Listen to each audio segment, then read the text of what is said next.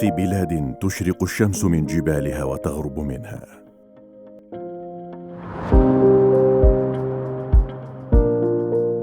تقبع لؤلؤة فريدة في قلبها، بل هي قلبها وأساس نشأتها.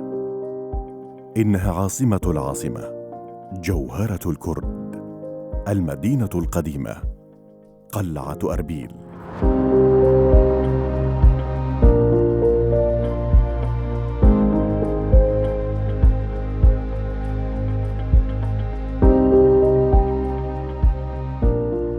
يتوسط هذا الصرح الشامخ منذ ما يقرب من 6000 سنة مدينة أربيل الحديثة، إذ تطوف كل أحيائها وشوارعها العظيمة حولها بطواف لا انقطاع له.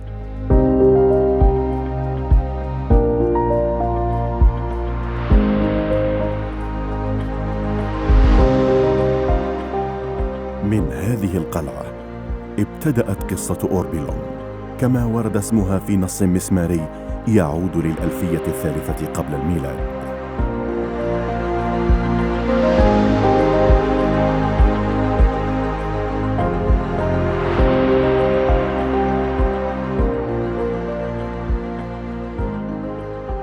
على ارتفاع ما يقرب من 30 مترا فوق سطح الأرض تقبع هذه التحفة المعمارية الفريدة في قلب عاصمة إقليم كردستان أربيل. فكل متر نصعده نحو القمة يحتوي على حقب وأزمنة تاريخية، نرقى احتراما للأرواح التي سكنت هذا المكان منذ 6000 سنة.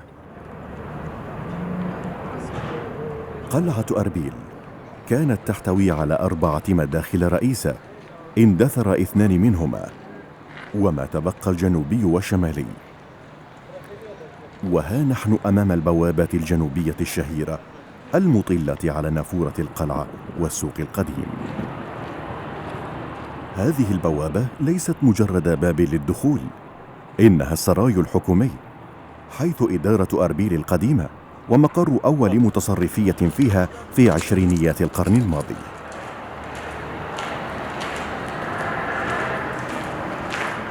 قلعة أربيل هي مدينة أربيل، ومن ثم تطورت هذه القلعة.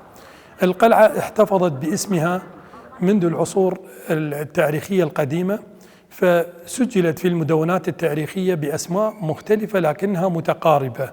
جاءت في زمن الكوتيين بنص مسماري باسم أوربيليوم، زمن الملك إيرودوبزر الكوتي في 2300 قبل الميلاد.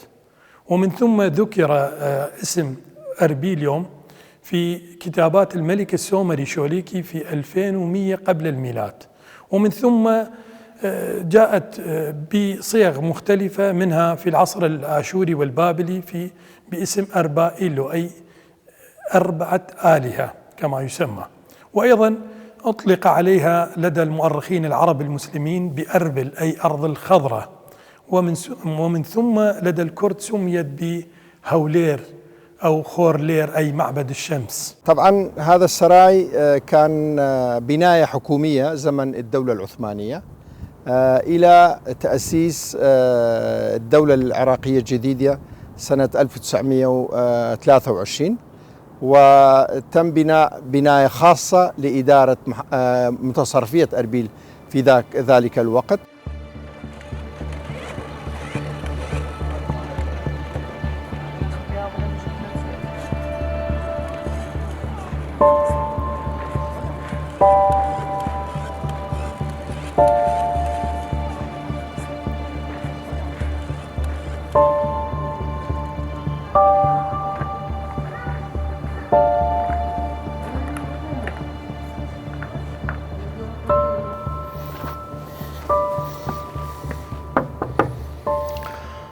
نطرق باب الزمن على أبواب السراي لكي نشاهد عن كثب ماذا يوجد داخل هذا السراي، حيث تدار قلعة أربيل في السابق. يقال أن سجنا هنا يقبع تحت الأرض أو مركز احتجاز، كما قلنا لكم لنشاهد عن كثب.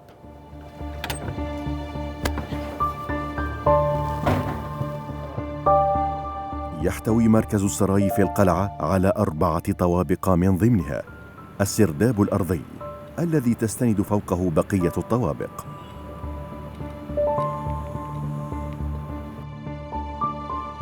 ومن اللافت في الأمر أن كل هذا الكم الهائل من أطنان الحجارة ومواد البناء ترتكز على الخشب والطابوق القديم.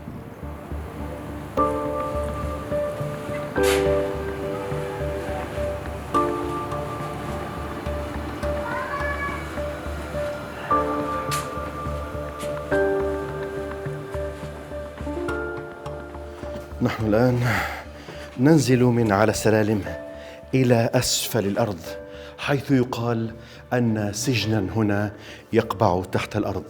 نعم، أنا هنا أمام غرف كانت تعد سجنا لقلعة أربيل، كانت تعد مركز احتجاز لهذا المكان. لنطلع عن كثب على كيفية هذه الغرف وكيف يبدو شكلها.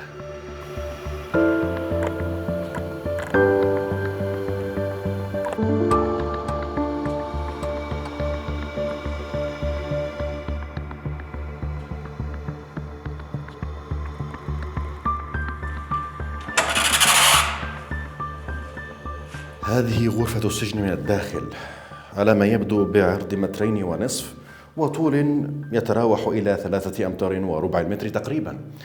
الإضاءة كانت في السابق ليست على هذا الحال، كانت عبارة عن شعلات من النار. السقف يبدو من الطابوق الجيري، إذ تقول بعض المعلومات أن هذا المكان قد هدم وتمت إعادة بنائه من جديد. حسب الروايات، وهذا مدون أيضا، بأن هذه الأماكن أو الغرف كان يستعمل آنذاك كسجن، لأن مدينة أربيل كانت مدينة صغيرة، وهذا كان يكتفي في ذلك الوقت. طبعا في كل المدن كانت سراي موجودة، وفي الأقبية في السراي كانت دائما سجن، وطبقات الأخرى من المبنى كانت تستعمل لغرض الإدارة المحلية. من أسفل القبو لحين سطح السراي الحكومي ينبغي قطع 70 درجة سلم مبنية بشكل دائري.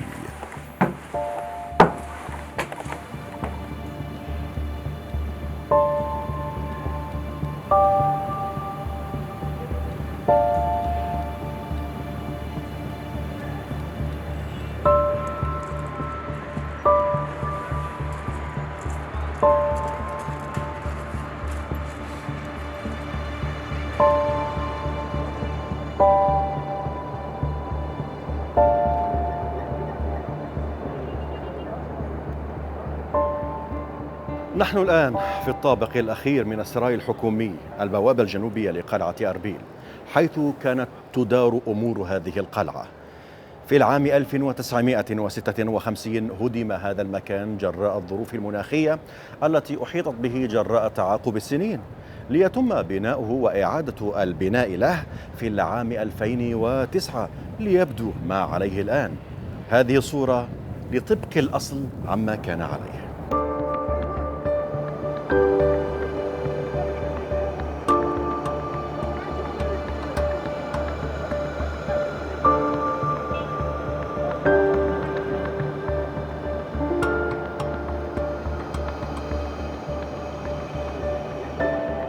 تم إعادة تأهيل هذه البناية مرة ثانية، بنائها على شكلها القديم، بعد أن استحصلنا على أكثر من 10,000 أوراق وصور دوكومنت، يعني من جميع الدول المجاورة ومن متاحف العالمية. تم إعادة بناء هذا السراي بشكلها القديم. عمر القلعة الافتراضي حسب الوثائق الذي وصلت إلينا حوالي 5,000 سنة مضت، وربما إذا جرت هنالك تنقيبات أثرية إلى أعماق باطن قلعة أربيل وكان لدينا مكتشفات أثرية، ربما سيغير هذه القطعة الأثرية تاريخ القلعة.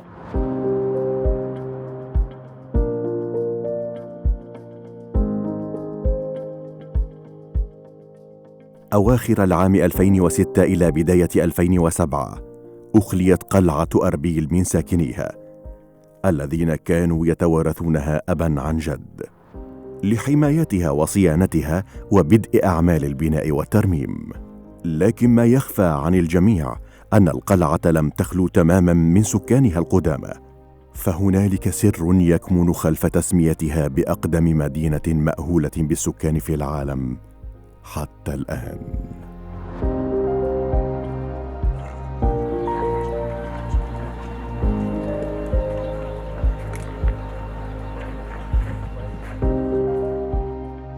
تعقبنا وريث القلعة الوحيد الذي ما زال يحافظ على لقبه كآخر ساكن فيها، وهو يحمل إرث الماضي وذكريات الجدران التي ولد مكتنفا في ظلها. لسر قلاتي لدايق بويما لو رجوي كداك باب لخوشناوتي وهاتينا قلاتي اما هلا قلاتي بوينا ل 26 يازدي 2006 تاك مالين وتاك عائلين كلسا قلاتي ماينوا لو رجوا اما ليركواينا من دالا كانوا هم لقلاتي لدايق بوينا شانازي لبوما كا دريجة بجيانك بدين كتسندين 1000 سال بيش زايني او قلعة دروس كرايا و تا استا جيان تدا بردوامة او بردوامي استا او شرفة بما بخشرا، لأن الناس كانت تسكن في القلعة ويحبون المنطقة اللي تكون مرتفعة ووجود المياه ووجود الأراضي صالحة للزراعة. بقت الأجيال تتابع الأجيال الأخرى بالسكن في داخل قلعة أربيل. السكن في هذا المكان لم يبدو مريحا بل موحشا بعض الشيء. ما خلا من بعض الجيران غير اللطفاء كبعض الحيوانات والحشرات السامة والقاتلة. اما لبروي من القلاتي لدايق بويما هست بوينا كم بداية خزانة كم هندك ترسي هبو دواء اويش لي راهات راست لقلات سنك الشارع شي كونا ماري ليه دوبشتي ليه زورها زيندوري ليه يعني همو من لمالي همو عند مكاني خزان من ماريان كشتي دوبشتيان كشتيا بس الاسواز بخواتا استا زيانيان نبو لبوما لێ ڕاهاتینە هەموو شتێک ئەوەیە کە تو لەگەل لەناو ژینگە چی بووی هەوڵ دەدەی خۆت بگونجین لەگەل ژینگەکەی خۆت. ئەمەش خۆمان گونجاندی لەگەل ژینگەکەی خۆمان. لەوانەیە کە چکە بێتە قەڵاتێ لە بۆی بە زەحمەت بی. گەشتیار دێتن چەند سەعاتێک لە قەڵاتێ دەمینێتەوە زۆر دڵی خۆشە، بەڵام ژیانی بەردەوام لەسەر قەڵاتێ بەڕاستی ئاستەنگ و ئاڵنگاری دەوێ.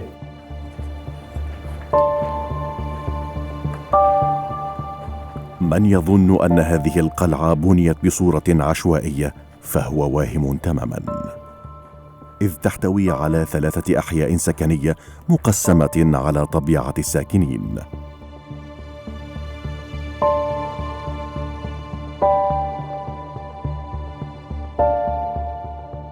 محلة السراي، حيث الطبقة الغنية والحاكمة والوجهاء.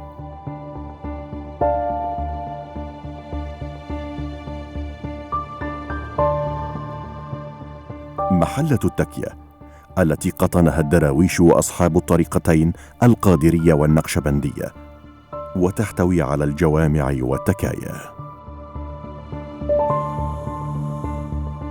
محلة الطوبخانة التي يسكنها عامة الناس، وجاء اسمها نسبة لمدفع قديم لم يعد موجودا الآن.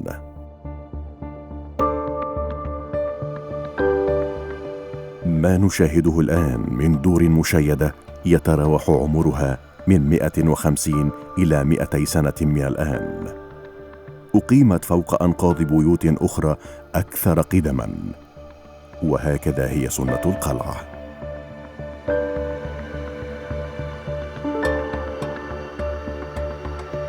البيوت التي نراها اليوم هي تعود إلى الفترة الإسلامية المتأخرة، أي الدولة العثمانية، أي قبل وقسم منها أي قبل 200 سنة مضت. قلعة أربيل تتكون من 3 أحياء رئيسية. المكان الموجود احنا من ضمن سراي، منطقة سراي، لأن هذه البناية تسمى سراي، وباسم هذه البناية تم تسمية هذه المنطقة. والمنطقة اللي أمامنا طوبخانة، وبقية البيوت الخلفية تسمى تكية، لأن كانت تكية عدد 2 موجودين في قلعة أربيل.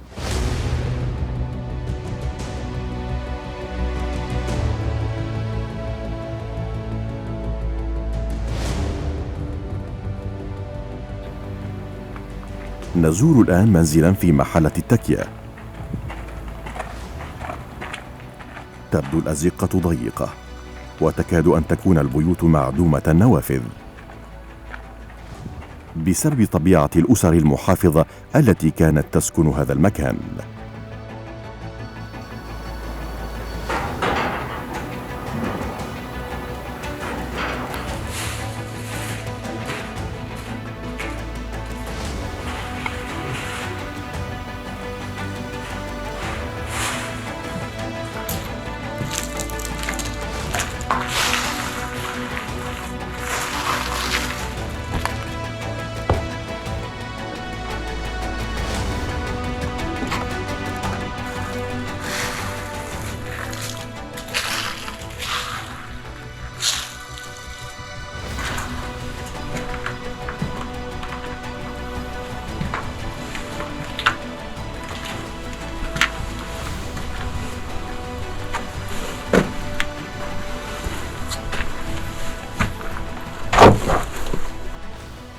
هذا المكان هو قبو المنزل.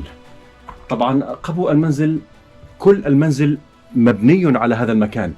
كما تشاهدون يعتمد هذا البناء وثقل المنزل على الخشب فقط، جذوع الأشجار وأغصانها كما تشاهدون الآن.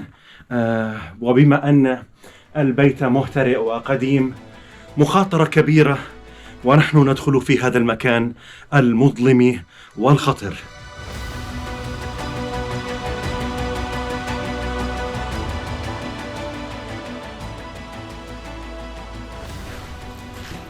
خرجنا الآن من القبو المظلم. هذا القبو كما رأيتم كل هذا المنزل يعتمد عليه، لكنه مبني من خشب مهترئ. في السابق لم يكن مهترئا، لكن الآن هو خشب مهترئ. أكلته هذه الدودة البيضاء، دودة الإردة كما يسمونها بتعبيرنا الآن، التي تأكل الخشب. هذه هي منازل القلعة كما تبدو الآن. قسم منها حدث وقسم منها آيل للسقوط وقسم منها مندثر تماما.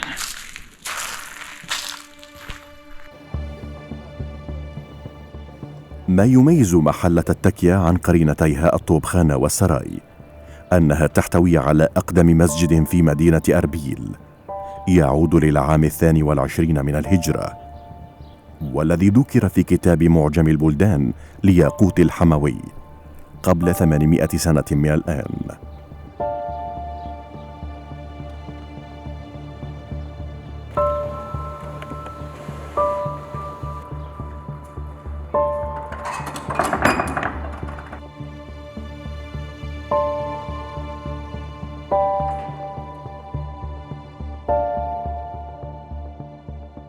رغم قدم المسجد، إلا أنه يصعب الحفاظ على شكله وطبيعته القديمة، فأغلبه تم تحديثه وإعادة بنائه، ما خلا بعض الصور والمخطوطات. التقينا بالوريث 18 الذي يدير هذا المكان بالتعاقب. هذا المسجد يعتبر من أقدم مساجد أربيل، كما ورد في دليل الجوامع التراثية والأثرية في العراق، يعود إلى وصول الإسلام إلى هذا المكان. وصل الإسلام إلى أربيل كما يقال في سنة 22 للهجرة على يد عتبة بن فرقد السلمي الصحابي. أقدم قطعة حجر باقي في الجامع أو القطعة القديمة في الجامع هو هذا قوس المنبر، قديمة يعود إلى سنة 1132 هجري، قبل 300 سنة. هذه قديمة، والمنارة أيضا قديمة، منارة الجامع، والباقي طبعا كلها ترميم وتعميرات جديدة. نعم، بالنسبة للتصميم القديم للجامع طبعا تغير التصميم. آخر تصميم قديم للجامع كانت بدلت في سنة 1959 ميلادي الجامع القديم صار بتشققات، فأعيد بناؤها على الطراز العصري.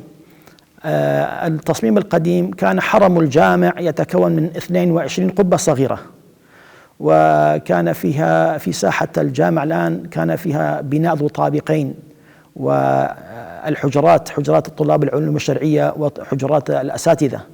هذه لم يبقى منها إلا قطعة قديمة، الحجرات المتولي المكتبة باقية وحجرة الإمام، أما الباقي الآن ليس لها وجود في ساحة الجامع.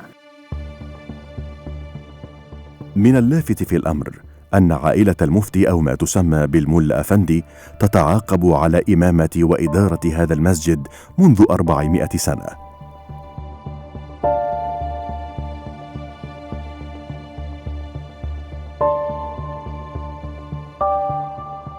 عائلة ملا أفندي، عائلة المفتي، بيت المفتي، يديرون الجامع منذ 4 قرون وإلى الآن مستمرة. في هذه العائلة طبعا 17 عالما، وأنا الإمام الثامن عشر من بيت هذه الأسرة. إلى الآن نتواجد في الجامع ويقام فيه صلاة الجمعة. ومن المشاهير الذين زاروا جامع القلعة كما قلنا نجيب باشا والي بغداد، والذي قام بتعمير الجامع وترميمها في زمانه، ثم ملك فيصل الأول أتى لزيارة القلعة وجامعها في هذا المكان، والأجانب المشهورين كثيرون، منهم حفيد هاملتون الذي بنى طريق هاملتون، مرة أتى إلى هذا الجامع. نعم.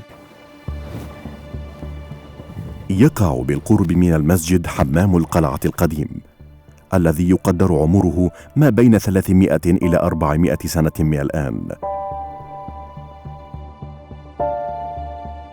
إذ يحتوي على 3 قاعات تعلوها قبتان.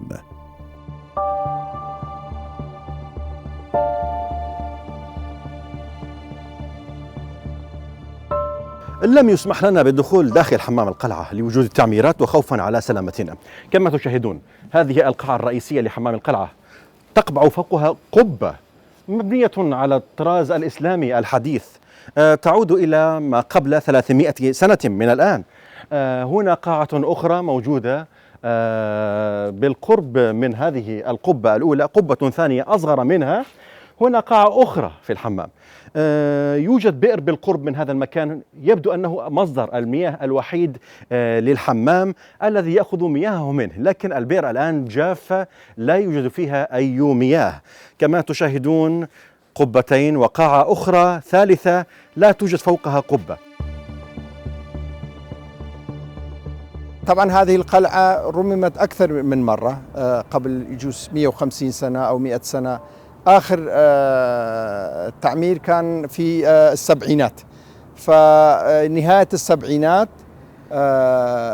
تم وقف استعمال هذا الحمام كحمام مفتوح للناس، لأن ظروفها كانت سيئة جدا. حالة في البناية حالة الشسمة كانت كلش سيئة.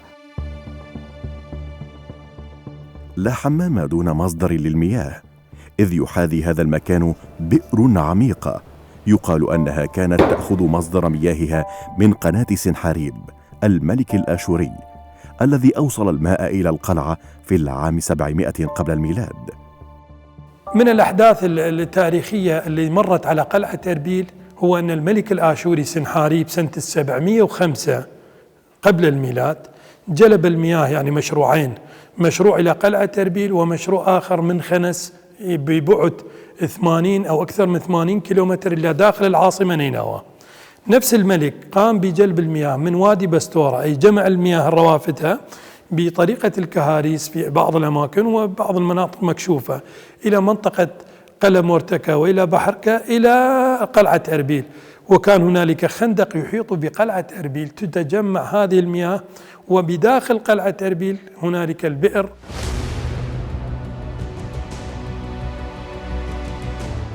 وصلنا إلى محل اكتشاف حديث في القلعة يرمز إلى السور القديم الذي هوجم جزء منه من قبل السلطان الفارسي نادر شاه لغرض الاستيلاء على القلعة.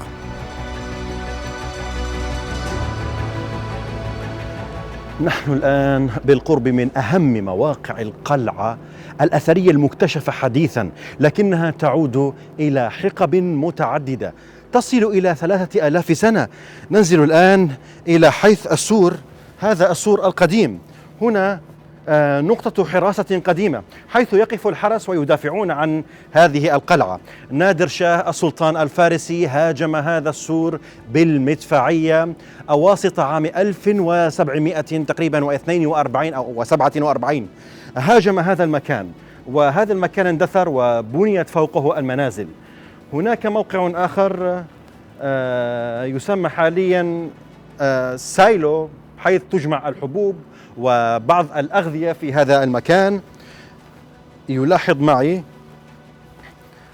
المصور هذا المكان هو مخزن للحبوب، مخزن للأغذية كانت هنا تخزن، نسميه الآن السايلو. ننتقل إلى موقع آخر هو الموقع الأهم في هذا المكان المستكشف الحديث، لكنه قليلا تحت الأرض، 6 أمتار سننزل من مستوى هذا المكان.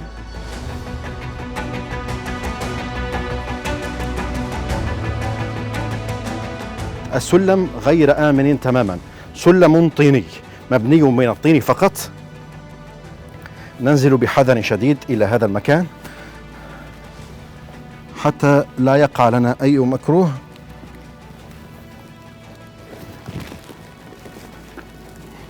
الجدار منهار تقريبا. ننزل بحذر إلى هنا.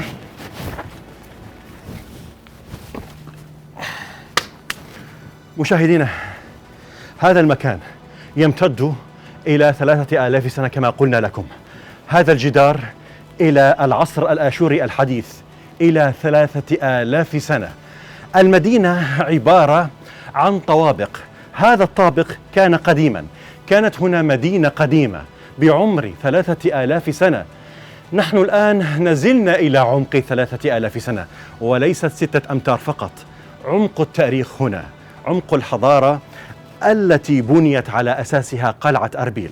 ما نشاهده فوق قلعة أربيل هو المكان الحديث، لكن هذا هو العمر الحقيقي وما بعده وأسفله.